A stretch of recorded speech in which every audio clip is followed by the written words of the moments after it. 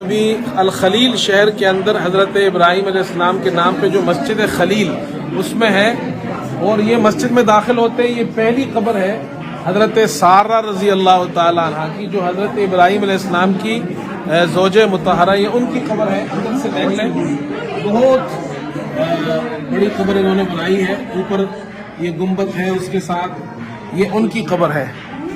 باقی قبور اندر ہیں، وہ اندر آپ کو دکھاتے ہیں۔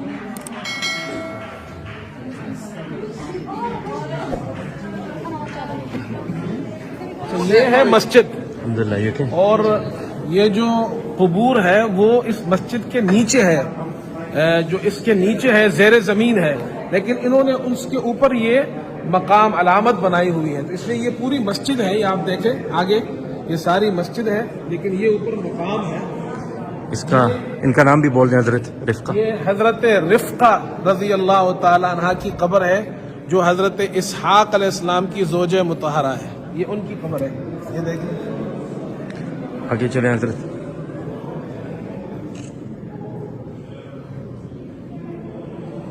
اچھا، یہ مسجد کا محراب ہے، یہ آپ دیکھیں، اور یہ آپ کو آگے یہ منبر نظر آ رہا ہے۔ یہ منبر جو ہے حضرت صلاح الدین ایوبی رحمۃ اللہ علیہ نے جب بیت المقدس کو فتح کیا تھا، تو انہوں نے یہ منبر بنایا تھا۔ اس کو صلاح الدین ایوبی کا منبر کہا جاتا ہے۔ آج یہ جو قبر ہے، یہ حضرت اسحاق علیہ السلام کی قبر ہے، جو ابراہیم علیہ السلام کے بیٹے ہیں حضرت اسحاق علیہ السلام، یہ ان کی قبر ہے۔ آپ ان کو ذرا دکھائیں۔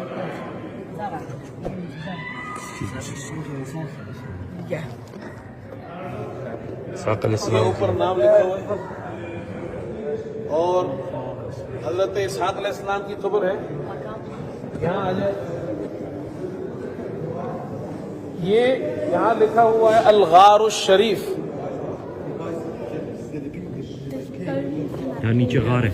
یہاں نیچے جو اصل میں جو نیچے زیر زمین جگہ ہے، وہ یہاں سے انہوں نے ایک علامت کے طور پر یہ بنایا ہے، اوپر یہ جگہ اوپر بنائی ہے۔ اس کے نیچے اصل زیر زمین جگہ ہے، وہ سارے قبور وہاں پر ہیں۔ یہ اندر کا حصہ ہے، اور اس حصے میں حضرت ابراہیم علیہ السلام کی قبر ہے۔ یہ ہے حضرت ابراہیم علیہ السلام کی قبر۔ یہ اوپر لکھا بھی ہوا ہے، یہ اوپر لکھا ہوا هذا ہے، قبر خلیل الرحمن علیہ السلام۔ اوپر دیکھیں، یہ فانوس وغیرہ اور یہ ساری بنائی ہے۔ یہ 4 قبور ہیں یہاں پر، اور یہ مسجد ہے حضرت ابراہیم علیہ السلام کے نام پر۔